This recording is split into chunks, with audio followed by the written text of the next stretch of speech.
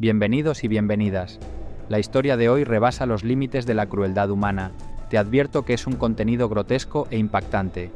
Ponte cómodo en el sillón, porque lo que estás a punto de ver es algo no apto para todo tipo de público.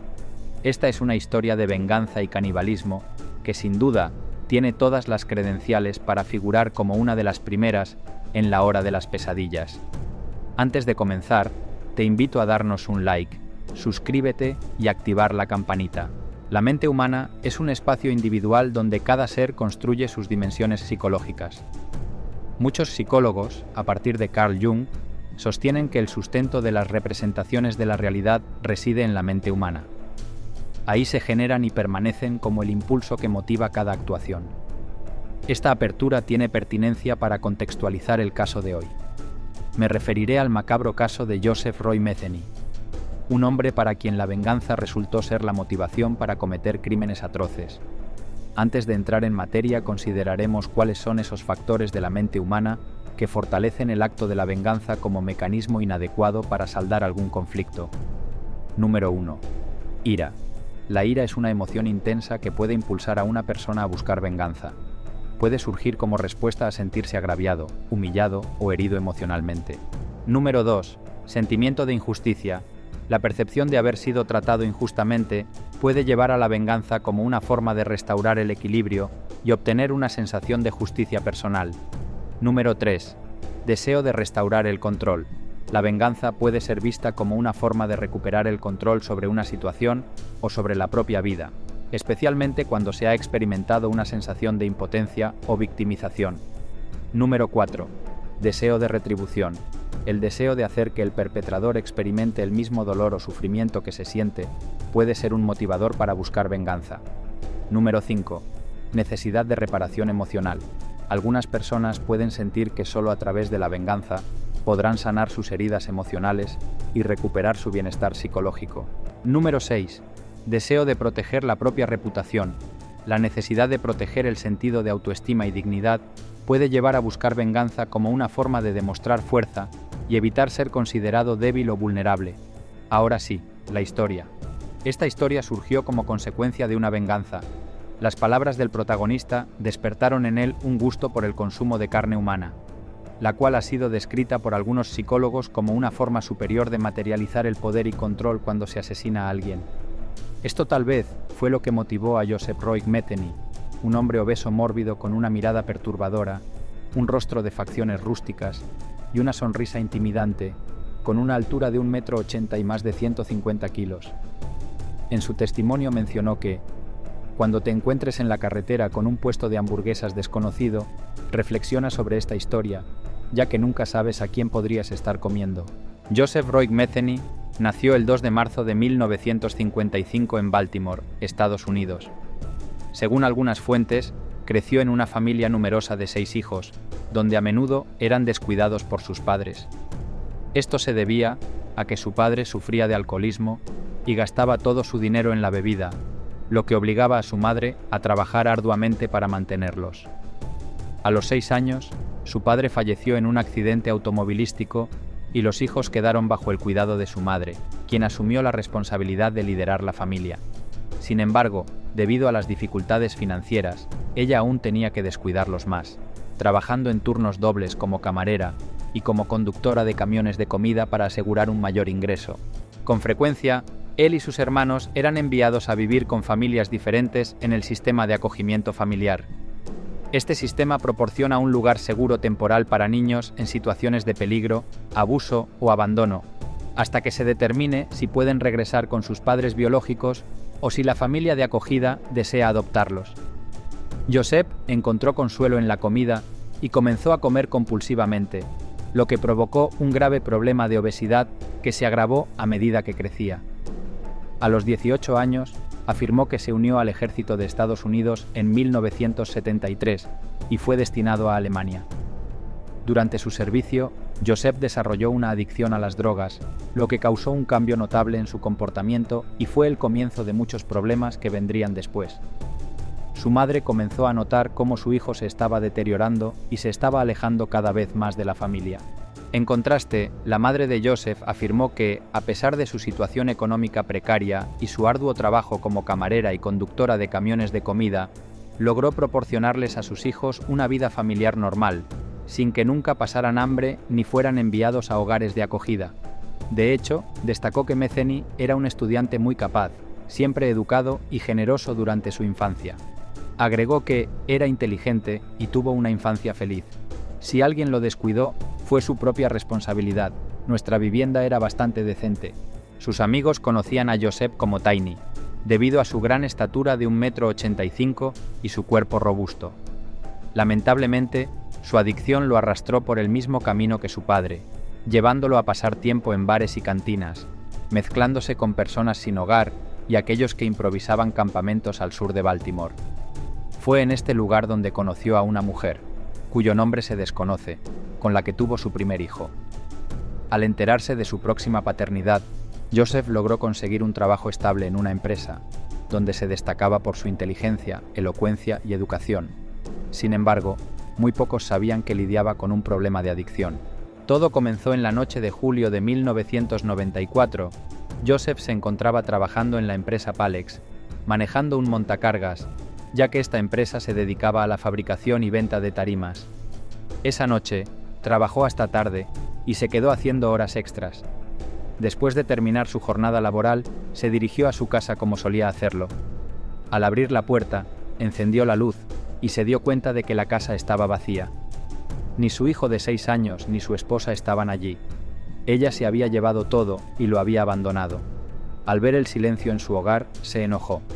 Su enojo no fue tanto por perder a su esposa, quien era adicta a las drogas y con quien tenía frecuentes peleas, sino porque amaba a su hijo. Algunos testimonios afirman que él la consideraba una persona despreciable que consumía todo tipo de sustancias. Se dedicó a buscarlos incansablemente, pero sin éxito. 6 meses después, supo que habían visto a su ex esposa al otro lado de la ciudad, con un hombre que la obligaba a realizar actos íntimos a cambio de drogas, sin importar la presencia del niño. Finalmente, después de unos días, su ex esposa y su pareja fueron arrestados por consumo y posesión de drogas ilegales, y el niño fue llevado a una institución que velaría por él. Joseph, lleno de odio hacia su esposa y su pareja, se vio impotente al no poder recuperar a su hijo. Deseaba que ambos pagaran por arrebatarle al pequeño, y comenzó una búsqueda tras enterarse de que habían sido liberados con la única consecuencia de perder la custodia. Pero lamentablemente no logró encontrarlos. Sin embargo, se topó con 2 individuos descansando en un colchón viejo y sucio, lo que le recordó la razón por la que le habían arrebatado a su hijo. Lleno de ira, decidió acabar con sus vidas y posteriormente los ocultó en unos matorrales. Continuó la búsqueda en los puentes cercanos, donde se percató de la presencia de 2 mujeres cerca del lugar donde había cometido los asesinatos. Se aproximó a ellas con la intención de obtener información sobre el paradero de su esposa. Una de las mujeres caminó unos metros y allí la interrogó, pero debido a su estado de intoxicación, no podía razonar correctamente y actuaba como si no supiera nada. Al no conseguir lo que deseaba, comenzó a golpearla, para luego abusar de ella y finalmente acabar con su vida. Una vez que acabó con ella, arrastró el cuerpo hacia unos arbustos y lo dejó allí. Luego procedió a hacer lo mismo con la siguiente mujer, pero asegura no recordar de quién se trataba, así que la mató. Sin embargo, cuando estaba a punto de arrojar el cuerpo junto al de la otra chica, se percató de la presencia de un anciano pescando junto al río que lo observaba. En consecuencia, tomó un tubo de hierro que encontró entre la basura y corrió hacia él. Cuando el anciano intentó reaccionar, recibió una serie de golpes que acabaron con su vida. Al darse cuenta de lo que había hecho, llevó los cuerpos de las víctimas a la orilla del río Patapsco, intentó cubrirlos con piedras, luego se lavó en el río y trató de quitar cualquier huella o indicio. Joseph aseveró que cometió los 5 asesinatos esa noche, en un lapso de aproximadamente 7 horas, que fue lo que duraría la búsqueda de su mujer. Una noche en 1994, Cathy Ann Magaziner, de 39 años y con antecedentes penales por prostitución, fue con Joseph a la fábrica. Estaban consumiendo drogas ilegales, pero como ella se negó a tener relaciones sexuales, él la estranguló hasta matarla.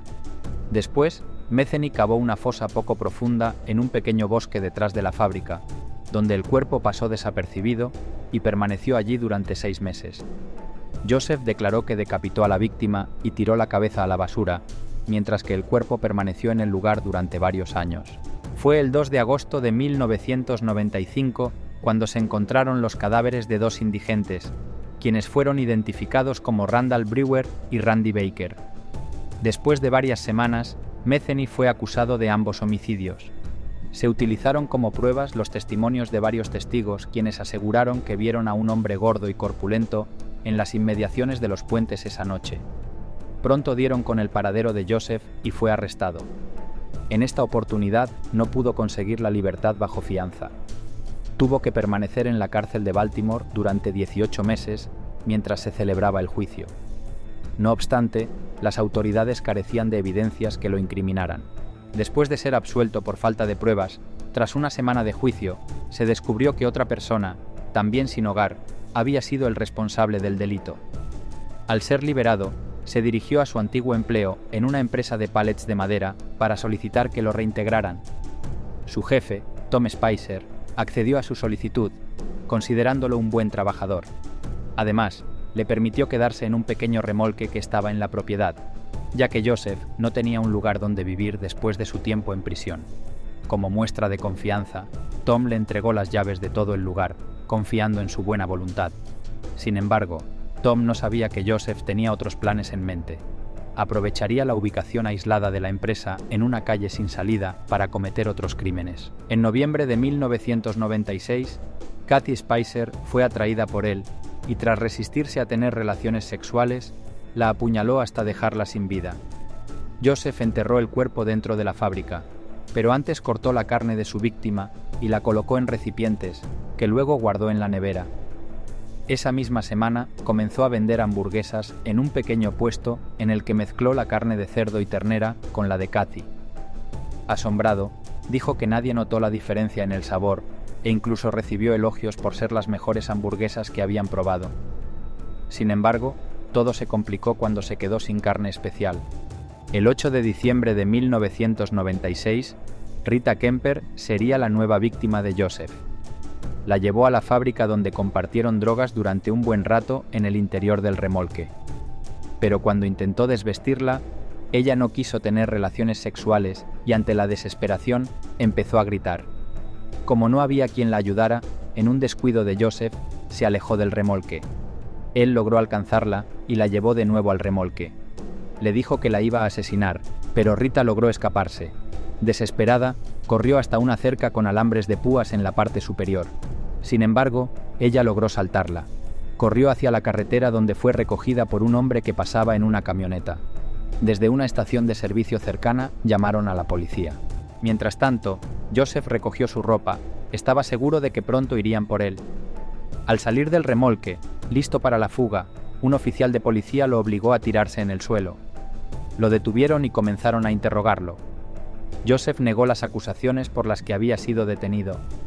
Extrañamente, quienes lo interrogaron desestimaron el testimonio de Rita cuando aseveró que Joseph le dijo que iba a terminar como las otras chicas que estaban enterradas en el bosque. Por el contrario, Metheny alegó que todo lo hizo con el consentimiento de ella. Esta vez lo dejaron en libertad, pero la policía acudiría a la fábrica para constatar que las cosas estuviesen en orden. Joseph solicitó la ayuda de un amigo para desenterrar el cuerpo de Kimberly, que todavía estaba en la fábrica. Sin embargo, el amigo denunció a Joseph a las autoridades el 15 de diciembre de 1996, alegando que le había pedido ayuda para trasladar el cuerpo de una mujer que había enterrado cerca de un remolque. La policía volvió a arrestar a Joseph y también arrestaron al propietario del negocio por supuesta complicidad. Se pidió a Joseph que revelara la ubicación de donde había enterrado a Kimberly. Él les dio la ubicación precisa y al cavar, encontraron el cuerpo de una mujer. Ese mismo día, durante los interrogatorios, Joseph confesó otros crímenes, incluida su víctima anterior, Kathy Ann Magaziner. Como resultado, condujo a la policía al lugar donde había enterrado a Kathy y encontraron una tumba poco profunda que contenía sus restos. Aunque gran parte del cráneo faltaba, la víctima pudo ser identificada mediante registros dentales que claramente correspondían a Kathy. Sin embargo, después de unos días, afirmó ser un asesino en serie que había cometido 13 homicidios. alegó que arrojaba los cuerpos al río Tapapsco y que nunca habían sido encontrados. Incluso declaró que había desmembrado gran parte de sus víctimas y las había guardado para después consumirlas. Posteriormente, se le ocurrió la idea de abrir un puesto de comida para vender carne humana combinada con la de animales. Al principio, sus declaraciones fueron sorprendentes, pero a medida que pasaba el tiempo, surgieron dudas sobre la veracidad de sus palabras debido a los intensos interrogatorios en una pequeña habitación. Los investigadores buscaban resolver y cerrar casos sin resolver, intentando descubrir la verdad detrás de sus acciones. Lo sacaron de la prisión todos los días y lo llevaron de un lugar a otro para que revelara dónde estaban los cuerpos. Pasó un mes y nunca pudieron encontrar ninguna prueba de las supuestas víctimas que había asesinado. En este punto, los detectives estaban desconcertados, ya que no sabían si estaba diciendo la verdad o simplemente estaba delirando, ya que sus declaraciones eran demasiado fantasiosas para ser ciertas. El principal impedimento para investigar a Joseph Martin era su habilidad para mentir y fabricar historias mientras hablaba. En 1997 fue juzgado por el caso de Rita Kemper, quien logró escapar y fue condenado a 50 años de prisión por intentar secuestrarla y abusar de ella. En 1998 se declaró culpable de los asesinatos de Katy y Magazine. Sin embargo, el 14 de julio del 2000 fue sentenciado a cadena perpetua sin posibilidad de libertad condicional. Nadie sabía si Joseph mentía a propósito o si su mente estaba tan perturbada que confesaba crímenes pasados. Nunca se encontraron pruebas de los supuestos crímenes que cometió, ni se pudo demostrar si utilizó su puesto de carnicero para vender los cuerpos. Solo se pudieron comprobar 2 asesinatos. Era evidente su desequilibrio mental, lo que le llevaba a hacer falsas confesiones. Por último, mencionó las palabras «lo siento», pero aseguró que nunca las diría ya que serían falsas. Estaba dispuesto a enfrentar las consecuencias de sus acciones y dejar que Dios lo juzgara y enviara al infierno por toda la eternidad. Simplemente disfrutaba de lo que hacía. Realmente no se supo hasta qué punto las declaraciones de Joseph Mazzini fueron totalmente ciertas. Muchas veces, los asesinos convictos y confesos son capaces de magnificar sus actos e inventan fantasías para ganar notoriedad.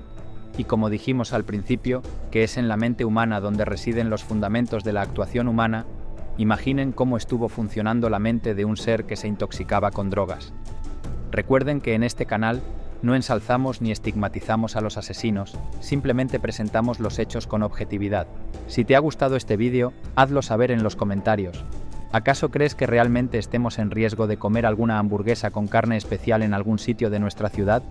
Si llegaste hasta aquí sin darnos un like, suscribirte y activar la campanita, no te vayas sin hacerlo. De ese modo formaremos una comunidad objetiva y recibirás las notificaciones de nuestros nuevos y mejores vídeos.